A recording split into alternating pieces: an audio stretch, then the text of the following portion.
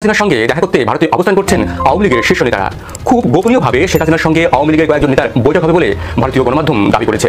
গত বছরের 5 আগস্ট থেকে ভারতের দিল্লিতে আছেন বাংলাদেশের সাবেক প্রধানমন্ত্রী শেখ হাসিনা। নিরাপত্তার স্বার্থে ভারত সরকার তার অবস্থান সম্পর্কে কোনো তথ্য প্রকাশ করেনি, এমনকি তার সাথে পরিবারের 2-1 সদস্য ছাড়া অন্য কারোর সাক্ষাৎও করতে দেয়নি। কিন্তু সম্প্রতি ভারত সরকার বাংলাদেশ আওয়ামী লীগ সভানেত্রী শেখ হাসিনার সাথে দলটির কয়েকজন নেতার সাক্ষাতের অনুমতি দিয়েছে। ফলে শেখ হাসিনা দেশের 1 বছরের মাথায় প্রথমবার মতো দলটির কয়েকজন শীর্ষ নেতার সঙ্গে মুখোমুখি বৈঠক করতে যাচ্ছেন। 26 জুলাই দিল্লিতে শেখ হাসিনার বাংলোতে এই বৈঠক হতে পারে বলে ভারতের একাধিক সূত্র নিশ্চিত করেছে। হাসিনা বিরোধিতা আর ফ্যাসিবাদ বাকশাল বিরোধিতা কি এক জিনিস? না, অবশ্যই না। হাসিনাকে উৎখাতে প্রস্তুত হওয়া মানেই ফ্যাসিবাদ উৎখাতে প্রতিশ্রুতিবদ্ধ হওয়া না, দুটো এক জিনিস না। আমরা সবাই জানি যে হাসিনা সরকারের হাতে সবচেয়ে বেশি নির্যাতিত হয়েছে বিএনপি এবং তাদের লাখো কর্মী সমর্থক। কিন্তু দেখেন, এই বিএনপি 2018 সালের ভোটের পরে সেই সংসদে গিয়ে বৈশা হাসিনাকে বৈধতা দিল। সংসদ তো বৈধ হয়ে যায়, হাসিনা শাসনের বৈধতা পায়। বিএনপি হাসিনা 2018 সালের নির্বাচনের বৈধতা দিছে, এইটা বিএনপি অস্বীকার করতে পারবে না। কিন্তু কিসের বিনিময়? মাত্র 5টা সংসদীয় আসনের বিনিময়। তাহলে হাসিনার বিরোধিতা আর ফ্যাসিবাদ বিরোধিতা দুইটা আলাদা জিনিস। এই দুইটাকে আপনি কিভাবে তাহলে আলাদা করবেন? কেমনে বুঝবেন এটা হাসিনা বিরোধিতা আর এইটা ফ্যাসিবাদ বিরোধিতা? বিএনপি হাসিনা বিরোধিতা করছে, কিন্তু ফ্যাসিবাদ বিরোধিতা কবে থেকে করছে সেটা আমাদেরকে খুঁজে দেখতে হবে। শেখ হাসিনাকে ফেরত আনতে চাওয়াই যুবক গ্রেপ্তার, জনগণ ফুঁসে উঠছে। মাত্র 11 মাসেই জনগণ শেখ হাসিনাকে ফেরত আনতে চাইছে। এই চাইতে অন্তর্বর্তী সরকারের জন্য দুঃখজনক আর কিচ্ছু হতে পারে না। অন্তর্বর্তী সরকারকে ভাবা উচিত ছিল যে তারা কোন পরিস্থিতিতে দেশের দায়িত্ব গ্রহণ করেছিল। মতো বলতে হচ্ছে, গভীর দুঃখ ভরাক্রান্ত মন নিয়ে আমি আপনাদের সামনে হাজির হয়েছি। পৃথিবীতে জাতিসংঘ মানবাধিকার কমিশনের যতগুলো অফিস, যতগুলো দেশে স্থাপন করা হয়েছিল, প্রত্যেকটা দেশ এই মুহূর্তে এই পরিস্থিতিতে যুদ্ধ বিগ্রহের মধ্যে দাঁড়িয়ে। সিরিয়া, লিবিয়া, ইরাক, আফগানিস্তান, প্রত্যেকটা দেশের সব শেষ পরিণতি যদি আপনারা খেয়াল করেন, দেখবেন প্রত্যেকটা দেশে যুদ্ধ বিগ্রহ, সে দেশের অর্থনীতি, সমাজনীতি, রাষ্ট্রযন্ত্র, অর্থাৎ প্রত্যেকটা অর্গান ধ্বংসপ্রাপ্ত হয়েছে। এবং সে দেশের শান্তি বলে যে একটা শব্দ থাকে, সেই শব্দটা সে দেশগুলোতে নাই। এর বিরুদ্ধে ভিপি নুরুল হক নূর এত কঠিন কথা বলতে পারলো, নিঃসন্দেহে তারেক রহমানের বুক কষ্টে ফেটে যাচ্ছে। আসসালামু আলাইকুম রহমতুল্লাহ। প্রিয় দর্শক শ্রোতা, আশা করি সকলে ভালো আছেন, আলহামদুলিল্লাহ। প্রিয় দর্শক শ্রোতা, আপনারা ভিডিওর শুরুতে ভিডিওর বিশেষ কয়েকটি অংশ এবং থাম্বনেল দেখে বুঝে গেছেন যে কেমন ভিডিও হতে চলেছে। প্রিয় দর্শক শ্রোতা, আপনারা জানেন যে বাংলাদেশের সাবেক সরকার শেখ হাসিনা তিনি গত বছর 5 আগস্ট দেশ ছেড়ে পালিয়েছিল। প্রিয় দর্শক শ্রোতা, এখন বর্তমানে ভারত দিল্লিতে আছে। প্রিয় দর্শক শ্রোতা, এই 5 আগস্টের পর থেকে আজ পর্যন্ত শেখ হাসিনার সাথে কাউকে দেখা করতে দেয়নি মোদী সরকার।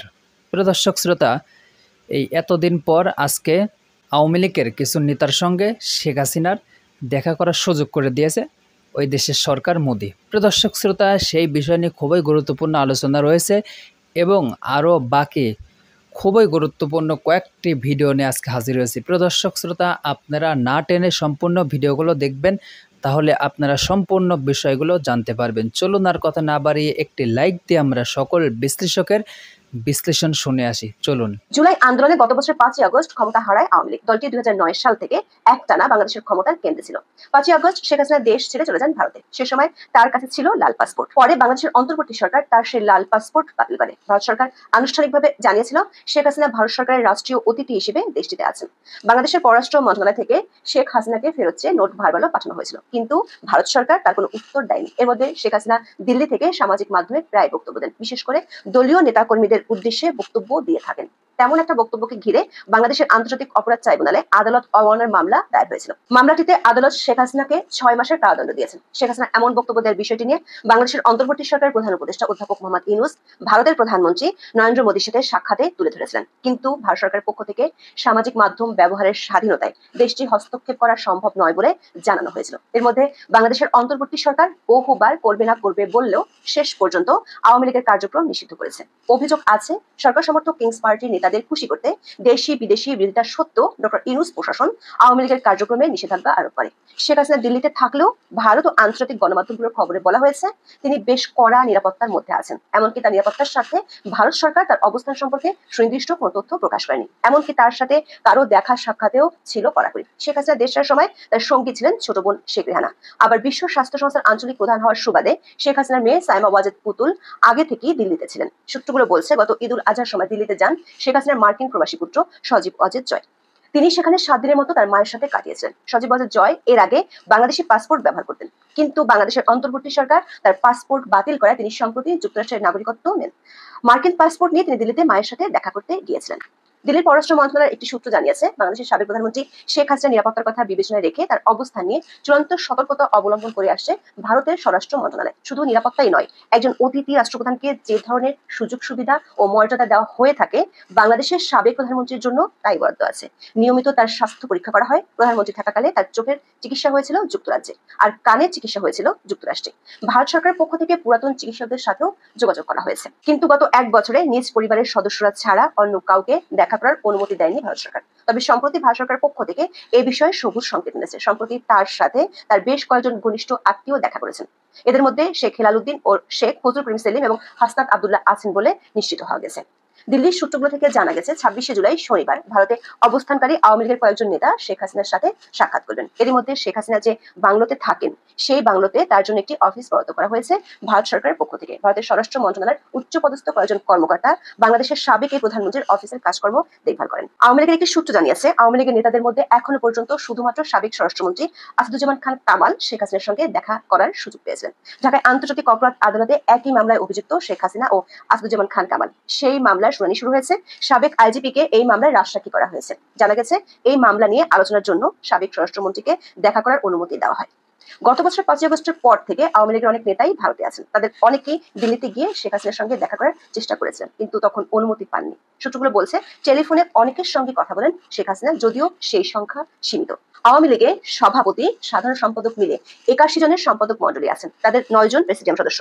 তবে শেখ হাসিনা ও সাধারণ সম্পাদক ওবায়দুল কাদের বাদে এখন ভারতে আছেন মাত্র 2 জন প্রেসিডিয়াম সদস্য। তাদের একজন AHM খায়রুজ্জামান লিটন। তিনি ভারতে থাকলেও তাকে দলের কাজে যুক্ত করা হয়নি পার্টির অভ্যন্তরীণ বিরোধিতার কারণে। আর একজন প্রেসিডিয়াম সদস্য হলেন মুক্তিযোদ্ধা মোফাজ্জল হোসেন চৌধুরী মায়া। প্রেসিডিয়ামের পরে আছেন সম্পাদক মণ্ডলী। সেই কমিটির সদস্য 35 জন।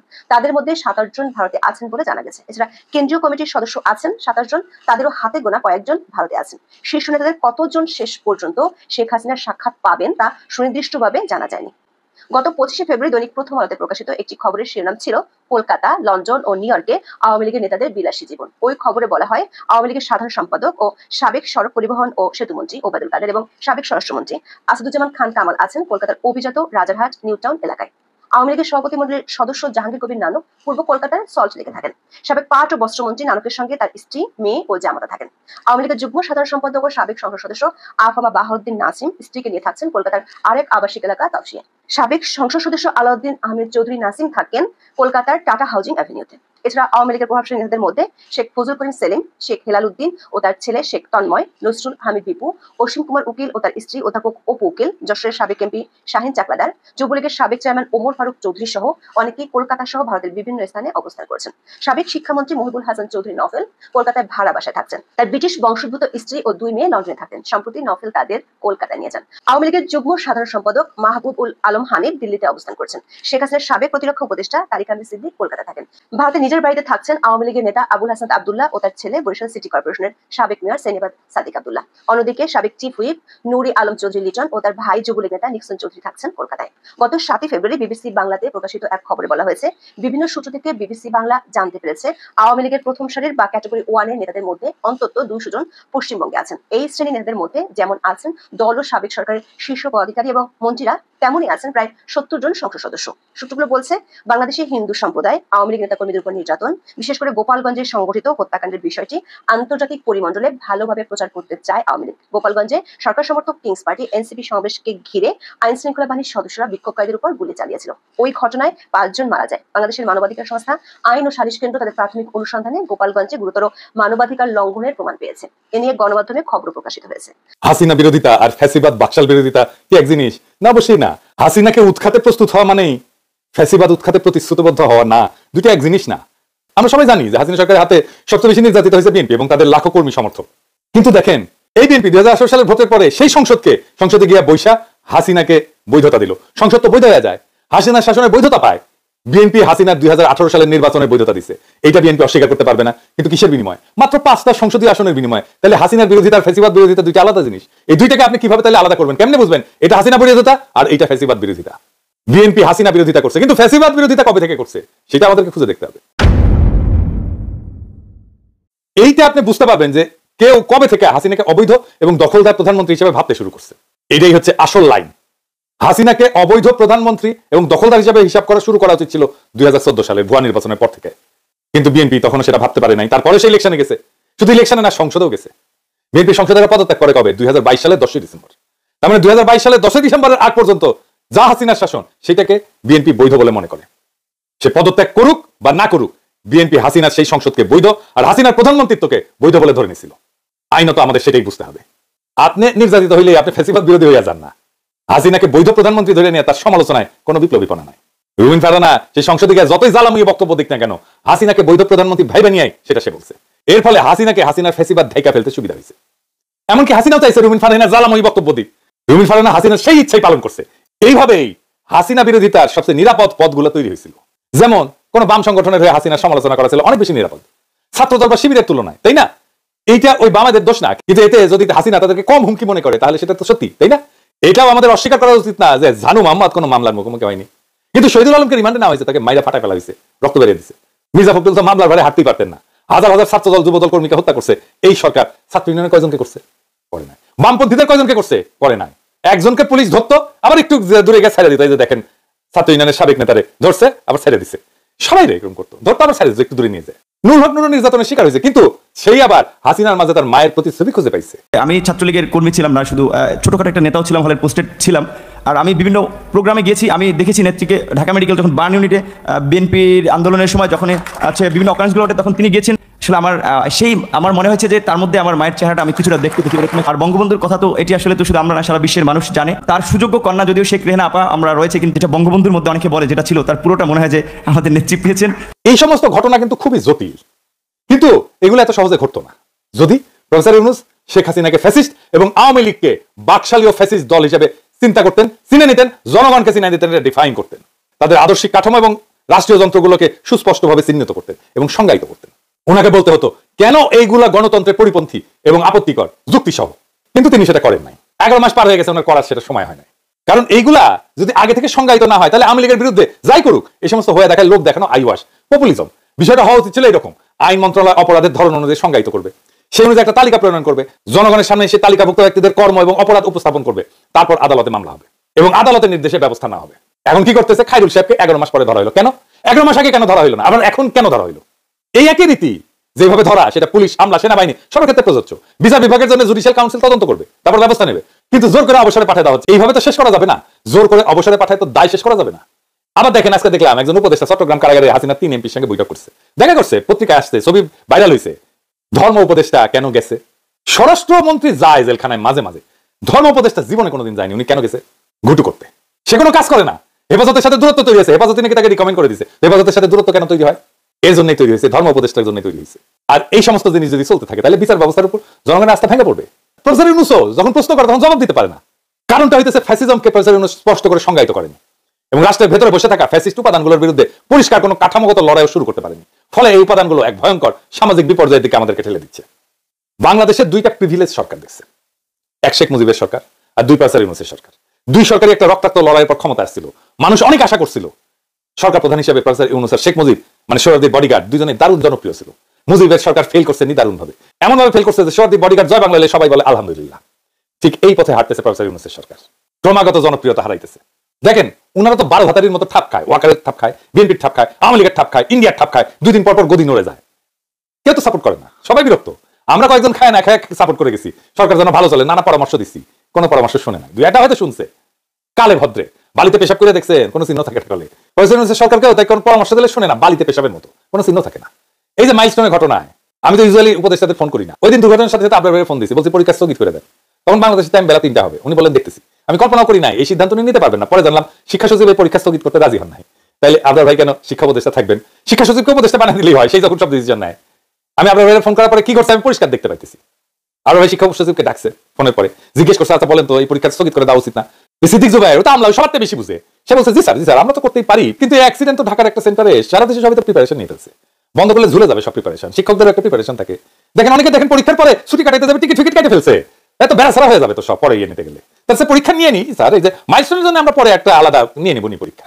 জিজ্ঞেস করেন আপনার ভাইকে, এটাই বলেছিল কিনা সিদ্দিক জুবায়ের? এটাই বলবে, কারণ তো ধান্দা 2টা দিন নষ্ট হবে, এটা ধান্দা 2 দিনের ধান্দা নষ্ট হবে, ওটা বসেই থাকে ধান্দা করার জন্য। সিদ্দিক জুবায়ের বুঝলো না, আপনার ভাই বুঝলো না যে এটা কোনো অ্যাডমিনিস্ট্রেটিভ ডিসিশন না, এটা পলিটিক্যাল ডিসিশন। এই পলিটিক্যাল ডিসিশনে 2টা কাজ হইতো। কিসের কাজ? প্রথম যে বিষয়টা হবে তা হচ্ছে এই যে দৈব দুর্বিপাক বা দৈব দুর্ঘটনা ঘটলে মানুষ তার রাগ হতাশা এইটা ছাড়ার একটা রাস্তা খুঁজে সবসময় কোথায় এটা ছাড়া যায়। যেহেতু একটা স্কুলে হয়েছে তারা শিক্ষা মন্ত্রণালয়ের দিকে তাদের আঙুল তুলবে, ওই দিকেই তাদের রাগ ক্ষোভ ধাবিত হবে। এই কারণে শিক্ষা মন্ত্রণালয়কে প্রোঅ্যাক্টিভ হয়ে কাজ করতে হবে, জনরোষ যেন তার দিকে ধাবিত না হয়। 2 নম্বরে হচ্ছে সংহতি জানাতে চাই আমরা কোন একটা সংকটে, গোটা জাতি রক্ত দিতে চাই। দেখেন সকলে হাসপাতালে ভিড় করছে, এটা কি জন্য? রক্ত দেওয়ার জন্য। সে দেখতে চায় যে আমি একটা কাজ করলাম আর কি এই সংকটে। তারা সংহতি জানাতে চায়। যারা ঢাকা আছে তারা না হয় হসপিটালে গেল, রক্ত দেওয়ার চেষ্টা করলো, পারলো কি পারলো না সেটা অন্য কথা, কিন্তু দেওয়ার চেষ্টা করলো। এইটাই তার সংহতি জানানো, এটাই তার শান্তি। কিন্তু ঢাকার বাইরে যারা আছে তারা কিভাবে সংহতি জানাবে? আহত নিহতদের ব্যাপারে একটাই উপায় আছে, পরীক্ষা বন্ধ করলাম, আমরা তাদের কথা চিন্তা করলাম, শোক করলাম। এইটা তো একটা পলিটিক্যাল ডিসিশন ছিল, কিন্তু সিদ্দিক জুবাইরের পলিটিক্যাল ডিসিশনের রাস্তা থেকে বন্ধ করে দিল। বাংলাদেশে আমলাদেরকে হাসিনা এটাই বানাইছে, তারা নিজেদেরকে সর্বা মনে করে, নিজেরাও পলিটিক্যাল ডিসিশন নিতে চায়। পুলিশ যেমন মনে করতে যায় হাসিনা সরকারকে তারাই ক্ষমতায় রাখছে, তারাই রাজনৈতিক দল হয়ে গেছিল, সে নিজের জয় বাংলা স্লোগান দেয়, দেখেছেন না? এই জিনিস হয়েছে। এই আমলারা মনে করে তারাই রাষ্ট্রের মালিক, ডিসিশন সব তারাই নিতে পারে, তারা সবার বেশি বুঝে। আবার দেখেন ইন্ডিয়া থেকে ডাক্তার আসবে কেন? ওরা রোগীদের চিকিৎসার জন্য আমাদের সাফিসিয়েন্ট স্কিল ডাক্তার নাই। তারপরে ইন্ডিয়া থেকে ডাক্তার আনতে হবে। যেমন গত বছর জুলাই আগস্টে বিপ্লবে হাজার হাজার ছেলে পঙ্গু হইলো, গুলি খায় চোখ হারালো, কারোর জন্য ভারত কি ডাক্তার পাঠাইলো? এত লোক যে পঙ্গু হলো, এত বাচ্চা যে পঙ্গু হইলো, ভারত কি ডাক্তার পাঠিয়েছিল? এখন কেন তাদের পেট পুরায়? তারা আমাদের ভিসা বন্ধ করে দিচ্ছে, তারা আমাদের সাথে বাণিজ্য বন্ধ করে দিচ্ছে, তারা ফ্যাসিস্ট হাসিনা এবং তার দলবলকে আশ্রয় দিচ্ছে এখানে, ওইখান থেকে অন্তর্ঘাত চালাইতেছে। প্রত্যেকদিন বাংলাদেশ বিরোধী প্রচারণা চালায় তাদের টিভি চ্যানেলগুলোতে, তারা আমাদের ইউটিউব চ্যানেলগুলোতে, আমাদের টিভি চ্যানেলগুলোতে বন্ধ করে দিচ্ছে। ভারত দেখতে দেয় না। এমনকি ভারতে আমাদের দূতাবাসের উপরে আক্রমণ হয়েছে, তারপরেও ভারতের ডাক্তারকে আনতেই হবে। গাজা উপত্যকায় কি ইসরায়েলের ডাক্তার আনতে হয়? এটা তো তাই হইলো, যে গাজা বানাইছে তাকেই আমি ডেকে আনলাম। এটা কারোর দিকে হয়েছে? তৌহিদ সাহেব, পররাষ্ট্র উপদেষ্টা, ও কি স্বাস্থ্য মন্ত্রণালয় চালায়? সে বলছে এটা আমাদের করতে হবে, এটা আন্তর্জাতিক সম্পর্ক কূটনীতির জন্য এটা গুরুত্বপূর্ণ। ওরা কে রিকমেন্ড করছে জানেন? বিএনপির কোথায় উপদেষ্টা। এই তৌহিদ সাহেব শফিউর রহমানের মতো একজন দক্ষ কূটনীতিবিদকে প্রধান উপদেষ্টা বিশেষ সহকারী করতে দেয় না, করা হয়েছিল, তাকে কাজ করতে দেয় না, অফিস করতে দেয় না। কেন দেয় না তারা জিজ্ঞেস করেন। কচু খেতি তার বিরুদ্ধে ক্যাম্পেইন চালালো না? কচু খেতি ক্যাম্পেইন চালাইছে বিএনপি রিকমেন্ডেড তৌহিদ সাহেব, এবং এই তৌহিদ সাহেব ভারতের ডাক্তার আনার জন্য উতলা। এবার এই ডটগুলো মিলাইতে পারেন, ওয়াকার, কচু খেতি, বিএনপি রিকমেন্ডেড উপদেষ্টা, এই ডটগুলো মিলাইতে পারেন, তাহলে বুঝতে পারবেন যে কোথায় কোথায় কিভাবে কেন কচু খেতি শফিউর রহমানের বিরুদ্ধে লাগে। কোন ব্যাখ্যা পেয়েছেন? প্রধান উপদেষ্টা বিশেষ সহকারী করা হলো, তাকে কেন অফিস করতে দেওয়া হলো না? কোনো ব্যাখ্যা নাই। শেখ হাসিনাকে ফেরত আনতে চাওয়াই যুবক গ্রেপ্তার, জনগণ ফুঁসে উঠছে। মাত্র 11 মাসেই জনগণ শেখ হাসিনাকে ফেরত আনতে চাইছে। এর চাইতে অন্তর্বর্তী সরকারের জন্য দুঃখজনক আর কিচ্ছু হতে পারে না। অন্তর্বর্তী সরকারকে ভাবা উচিত ছিল যে তারা কোন পরিস্থিতিতে দেশের দায়িত্ব গ্রহণ করেছিল, আর জনগণ রাগে ক্ষোভে ফুঁসে উঠে শেখ হাসিনাকে ফেরত আনতে চাইছে। তার মানে আপনাকে বুঝতে হবে যে শেখ হাসিনার চাইতে ভয়ঙ্করভাবে এই সরকার দেশ চালাতে শুরু করেছে। শেখ হাসিনার চাইতে খুব খারাপভাবে, বাজেভাবে এই সরকার দেশ চালাতে শুরু করেছে। সেই ঘটনার রেশগুলোই যেন রাজনীতি মাঠে পরোক্ষভাবে পড়তে শুরু করেছে। আজকে দেশের সাধারণ খেটে খাওয়া পেশাজীবী শ্রমজীবী মানুষগুলো চুপচাপ সেই প্রহসনগুলো সহ্য করে যাচ্ছে। কেউ প্রতিবাদ করার সাহস শক্তি খুঁজে পাচ্ছে না। মানে প্রতিবাদ করতে গেলে তাকে আওয়ামী ত্যাগ দিয়ে তার নামে মিথ্যা মামলা দেওয়া হয়। মামলা বাণিজ্যের সাথে লড়তে লড়তে তার জীবনটাই শেষ হয়ে যাচ্ছে। গত 11 মাসে আমরা এই বিষয়গুলো দেখতে পাচ্ছি। যাই হোক, জনগণ খুব সহজেই এই বিষয়গুলো বলে দিচ্ছে যে শেখ হাসিনাকে ফিরে আনবে, শেখ হাসিনাই ভালো ছিল।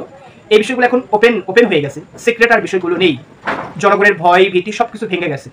মানে জনগণ আর ভয় করছে না, জনগণকে আর থামানো যাচ্ছে না। জনগণ সাহস শক্তি দাম্ভিকতা দিয়ে সবকিছু দিয়ে মানে মোকাবেলা করার চেষ্টা করছে অন্তর্বর্তী সরকারের এই প্রহসনকে। জনগণের কাছে মনে হচ্ছে যে অন্তর্বর্তী সরকার সত্যিকার অর্থে প্রহসন চালাচ্ছে, এরকমটা জনগণ মনে করছে। আজকে দেখলাম যে আমাদের দেশের আলেম সমাজ যাদের উপর নির্ভর করে ইসলামের অনেক কিছু, ওই সমস্ত ব্যক্তিরা বাইতুল মোকাররম মসজিদ থেকে আবার রাজপথে নেমেছে, বিশেষ করে জাতিসংঘের মানবাধিকার কার্যালয় দোয়াকে কেন্দ্র করে। অন্তর্বর্তী সরকার এরকম একটা সিদ্ধান্ত নেবে ভালো কথা। বাংলাদেশে তো অসংখ্য আলেম সমাজ রয়েছে, আমাদের প্রায় 90% মুসলিম দেশ আমরা। এদেশের আলেম সমাজদেরকে তিনি জিজ্ঞাসা করতে পারতেন, তাদের থেকে পরামর্শ চাইতে পারতেন, তারা পরামর্শ দিত যে কি করলে কি হয়। কিন্তু অন্তর্বর্তী সরকার সেটা করেননি। তিনি আমেরিকার এজেন্ডা বাস্তবায়ন করার জন্য উঠে পড়ে লেগে গেছেন। মানে আমেরিকার এজেন্ডা বাস্তবায়ন করলেই যেন তার সবকিছু সাধ্য হাসিল হয়ে যাবে, মানে আমেরিকাকে খুশি করতে পারলেই যেন তিনি ক্ষমতায় থাকতে পারবে চিরস্থায়ী, এরকম একটা বিষয় হয়তো তিনি মনে করেন। যাই হোক, এই বিষয়গুলো আমরা একটু বাদ দিয়ে অন্যদিকে একটা ঘটনার দিকে আমরা চোখ ফেরাই। এখানে আমি আজকে যে প্রতিবেদনটা সামনে নিয়েছি এটা আমি 21 টেলিভিশন থেকে সংগ্রহ করেছি। বাংলাদেশের সবগুলো মূলধারার গণমাধ্যমে একটু একটু করে প্রকাশ হয়েছে। শেখ হাসিনাকে টাকা তুলে দেশে আনবো, এরকম একটা মন্তব্য বাংলাদেশের রাজনীতির পাড়ায় ব্যাপকভাবে সরগরম হয়েছে। টেকনাফ থেকে তেঁতুলিয়া, রূপসা থেকে পাতুরিয়া বাংলাদেশের রাজনীতির মাঠে নতুন করে একটা বার্তা দিতে শুরু করেছে। এইরকম একটা উক্তি একটা যুবক দিয়েছে, এটা বলার সঙ্গে সঙ্গে ভাইরাল হয়ে গেছে, মানুষের কাছে পছন্দ হয়েছে, মানুষ গ্রহণ করেছে। গ্রহণ করার সাথে সাথে এটাকে লুফে নিয়ে এসেছে এবং রাজনীতির মাঠে নতুন করে একটা বার্তা দেয় যে সরকার জনগণের কাঙ্ক্ষিত মনের আশা পূরণ করতে পারছে না। যাই হোক, এরপরে তিনি কি বলছেন, যদি শিক্ষা উপদেষ্টা পদত্যাগ না করে আমরা সবাই টাকা তুলে শেখ হাসিনাকে আবার ফিরে আনবো। কোথায়? বাংলাদেশে ফিরে আনবেন। শেখ হাসিনাই ভালো ছিল, এরকম একটা মন্তব্য তিনি করেছেন। জনগণ কতটা ক্ষিপ্ত হলেন, জনগণ কতটা ফুসে উঠলেন, জনগণ কতটা রাগান্বিত হলেন এইরকম মন্তব্য করতে পারে। আর জনগণ কিন্তু জানে যে এই সরকার কিভাবে ক্ষমতা এসেছে, কাদের উপর পাড়া দিয়ে ক্ষমতা এসেছে। এই সরকার সবচেয়ে লাভবান একটা সরকার, বিশেষ করে ডক্টর ইউনূস তিনি সবচেয়ে বেশি লাভবান হয়েছে শিক্ষার্থীদের আন্দোলনে, কেননা তাকে তো প্রধান উপদেষ্টা বানানো হয়েছে। বিশেষ করে এক সাগর রক্তের উপর পাড়া দিয়ে সরকার কিন্তু গঠিত হয়েছে। কিন্তু সরকার যখন জনগণের দাবি মানতে নারাজ, তখন কিন্তু জনগণ এভাবেই তীব্র প্রতিবাদ করতে পারে। এরপরে শেষের যে অংশটা আমি আপনাদেরকে বিস্তারিত পড়ে শোনাই। এখানে উল্লেখ করা হয়েছে রাজধানীর মাইলস্টোন স্কুল অ্যান্ড কলেজে বিমান বাহিনীর একটি যুদ্ধ বিমান বিধ্বস্ত হওয়ার ঘটনার পর শিক্ষার্থীরা 6 দফা দাবিতে সচিবালয়ের দিকে পদযাত্রা শুরু করে। 6 দফা দাবি নিয়ে যদিও আমরা পরে শুনতে পাই সরকার সেই 6 দফা দাবি মেনে নিয়েছে। এটা খুব একটা ভালো ডিসিশন যে শিক্ষার্থীদের 6 দফা দাবিটা সরকার গ্রহণ করেছে, যদিও হয়তো শিক্ষার্থীরা যৌক্তিক কোনো দাবি সেখানে দিয়েছিল। আর আমরা মনে করি যে এটা সরকারের জন্য একটা উত্তরণ, সরকারের জন্য একটা ভালো সাইড বা পজিটিভ সাইড আমরা মনে করতে পারি। তারপরে তিনি কি বলছেন, তখন সচিবালয়ের দিকে ভাঙচুর এবং পুলিশের সাথে সংঘর্ষ হয়। সচিবালয় যখন তারা ঘেরাও করেছিল তখন সেখানে তারা ভাঙচুর করে এবং পুলিশের সাথে এক ধরনের সংঘর্ষ হয়। পুলিশের সাথে সংঘর্ষ বাংলাদেশের জনগণ প্রতিনিয়তই হয়, এটা কিন্তু বাদ যায় না, সবসময় হয়েই থাকে। এরপরে তিনি কি লিখছেন, শাকিল নামের ওই যুবকটার নাম ছিল শাকিল, তিনি মন্তব্য করেছে সরকার যদি ছাত্র সমাজের কথা না শোনে তাহলে আমাদের আন্দোলন করে লাভ কি। সরকার যদি ছাত্র সমাজের কথা না শোনে তাহলে আমাদের আন্দোলন করে লাভ কি বা এর ফলটা আমরা কি পেলাম, এরকম একটা উক্তি ছুড়ে দেয়। তাহলে আমাদের তিনি লিখছেন, তাহলে টিয়ারশেল লেগে আহত আমি 3 দিন টিয়ারশেল লেগে আহত অবস্থায় ছিলাম। তিনি নিজেকে বলছেন যে আমি টিয়ারশেল লেগে আহত ছিল 3 দিন অবস্থায়। এরপর মঙ্গলবার ভাঙচুর হত্যা চেষ্টা মামলায় গ্রেপ্তার করে পুলিশ তাকে। কেন? তিনি যে শুরুর দিকে বলেছে যে আমরা টাকা তুলে শেখ হাসিনাকে ফিরিয়ে আনবো, টাকা তুলে শেখ হাসিনাকে ফিরে আনবে। তো এই মতামতটাও বলার সাথে সাথে তার নামে হত্যা চেষ্টা মামলা দেওয়া হয়। আমরা 11 মাসে দেখেছি যে কিভাবে এদেশের সাধারণ মানুষকে হত্যা চেষ্টা মামলা দিয়ে জেলের ভিতরে ভরানো হয়েছে, জেলে ঢোকানো হয়েছে, বাড়ি ছাড়া করা হয়েছে, ঘর ছাড়া করানো হয়েছে। এই বিষয়গুলো কিন্তু আমরা স্বতঃস্ফূর্তভাবে লক্ষ্য করেছি। সুতরাং এটা রাজনীতির জন্য নেগেটিভ একটা সাইড বলা চলে। রাজনীতির উত্তরণটা এখানেই ধ্বংস হয়ে যাচ্ছে, এরকম একটা বিষয় কিন্তু দাঁড়িয়ে যায়। বাট এই বিষয়গুলো আমরা কখনো স্বপ্নও দেখতে পারি না, বাট এই বিষয়গুলো আমরা কখনো কল্পনাও করতে পারি না। বিরুদ্ধে ভিপি নুরুল হক নূর এত কঠিন কথা বলতে পারলো, নিঃসন্দেহে তারেক রহমানের বুক কষ্টে ফেটে যাচ্ছে। যে ভিপি নুরকে এত আদর করলাম, এত স্নেহ করলাম, এত গুরুত্ব দিলাম, ভিপি নুর আমাদের পক্ষে কত কথা বললো, চারদিকে কটু কথা শুনেও ভিপি নুর আমাদের পক্ষে থাকলো। এমনকি ভিপি নুরের দলের একটা বিশাল অংশের বিরুদ্ধে যে ভিপি নুর বিএনপির সাথে থাকলো। ভিপি নুরের যে তারুণ্যের রাজনীতি, বাংলাদেশে তারুণ্যের রাজনীতি বলতে যা বোঝায় এটা স্টার্ট করেছে ভিপি নুর, যদিও এখনো সেই জায়গায় তারা নেই। কারণ ভিপি নুরের গুরুত্বপূর্ণ ছেলেরা সবাই এনসিপিতে যোগ দিয়েছে। ছাত্র অধিকার পরিষদের সাবেক কেন্দ্রীয় সেক্রেটারি থেকে শুরু করে গুরুত্বপূর্ণ সবাই এনসিপিতে, এখন কেন্দ্রীয় সভাপতি, সেক্রেটারি, গুরুত্বপূর্ণ অল। তো দর্শক, সেই ভিপি নুর বিএনপির বিরুদ্ধে কথা বলছেন তো বলছেনই, এমন কথা বলছেন এটা বিএনপির জন্য বড় একটা সেটব্যাক। এর অর্থ দাঁড়ায় বিএনপির পক্ষে কেউ রইল না। বিএনপি এমন একটা দল, তাদের নিজস্ব কিছু ছাত্রী বাদে তাদের পক্ষে কথা বলার মতো কেউ নেই। আপনি দেখান তো পারলে একজন সেলিব্রিটি, গুরুত্বপূর্ণ কেউ, হোক সে ফেসবুক ইউটিউবের সেলিব্রিটি, হোক সে সিনেমা সেলিব্রিটি কিংবা ক্রিকেট সেলিব্রিটি, হোক সে শিল্পী অথবা বক্তা, সোশ্যাল ইনফ্লুয়েন্সার, একজন সিঙ্গেল লোক আমাকে দেখান যে বিএনপির পক্ষে কথা বলে। একজন আপনি দেখাতে পারবেন না, সবাই বিএনপির বিরুদ্ধে। দর্শক, ভিপি নুর এবং মুজিবুর রহমান মঞ্জু এই দুইজনকে স্পেশালি গুরুত্ব দিতেন তারেক রহমান, এবং তারেক রহমানের সাথে তাদের একটা স্ট্রং অ্যাটাচমেন্ট ছিল। কিন্তু দুঃখ, সেই ভিপি নুরও বিএনপির সাথে নেই, মুজিবুর রহমান মঞ্জুও নেই, কেউ নেই, বিএনপির পক্ষে কেউ রইল না, সবাই বিএনপির বিরুদ্ধে। খালেদা জিয়ার মন্ত্রী মাহমুদুর রহমান বিএনপির বিরুদ্ধে। যে পিনাকি ভট্টাচার্য সারা জীবন আওয়ামী লীগের বিরুদ্ধে এবং বিএনপির পক্ষে ডিফেন্ড করে আসে, সেই পিনাকি ভট্টাচার্য এখন বিএনপির বিরুদ্ধে। মিজানুর রহমান আজহারি বিএনপির বিরুদ্ধে। তো বাংলাদেশের সেলিব্রিটি ইনফ্লুয়েন্সার বলতে যা বোঝায়, একটু চালাকি করে তামিম ইকবাল বিএনপির একটা প্রোগ্রামে গেছে, পরে আর ভয়ে যায় না যে ওদের রাস্তাঘাটে বেরোতে পারবে না বিএনপির পক্ষে কথা বললে। কেউ নাই বিএনপির পক্ষে।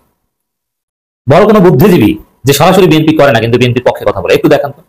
যেই বিএনপির পক্ষে কথা বলতে চায় পচে গলে একদম নষ্ট হয়ে যায়। যেমন ডাক্তার জাহেদ ঠিক, অনেকে উগ্রবাদী জাহেদ বলেন। এই উগ্রবাদী জাহেদ তিনি যথেষ্ট গ্রহণযোগ্য ছিলেন এবং উঁচু মাপের মেধাবী লোক, নিঃসন্দেহে। তিনি ডাক্তার মানুষ, কিন্তু আন্তর্জাতিক সম্পর্ক বিভাগে পড়াশোনা করেছেন আমার ডিপার্টমেন্টে। তিনি বুঝেন ফরেন পলিসি, বুঝেন পলিটিক্যাল অ্যানালাইসিস, বুঝেন হিস্ট্রি, জানেন রিসার্চ মেথোডোলজি, জানেন, আসলেই জ্ঞানী লোক। ওটা বিরানি সাহেদের মতো কোনো ফালতু লোক নয়। কিন্তু সে ডাক্তার জাহেদের মতো লোক বিএনপির পক্ষে কথা বলতে যে পচে গলে একদম নষ্ট হয়ে গেছে। জনগণ একদম তাকে পছন্দ করে না। তার যারা অডিয়েন্স ছিল, তার যারা ভক্ত ছিল, তার 10% এখন তার সাথে নাই। একসময় যারা তার ডাইহার্ট ফ্যান ছিল, এখন তারা সবাই তাকে গালি দেয়। সাইদ আব্দুল্লাহ একসময় তুমুল জনপ্রিয় ছিল, কারণের আইকন ছিল, হিট, সেই ছাগলকাণ্ড, নানান বিষয়ে আপনারা দেখেছেন সাইদ আব্দুল্লাহ কি অসাধারণ ভূমিকা। বিএনপির পক্ষে কথা বলতেছে সাইদ আব্দুল্লাহ এখন নাই হয়ে গেছে, হারিয়ে গেছে দৃশ্যপট থেকে। This is reality. বিএনপির পক্ষে থাকলে হারিয়ে যেতে হয়, মারা খেতে হয়।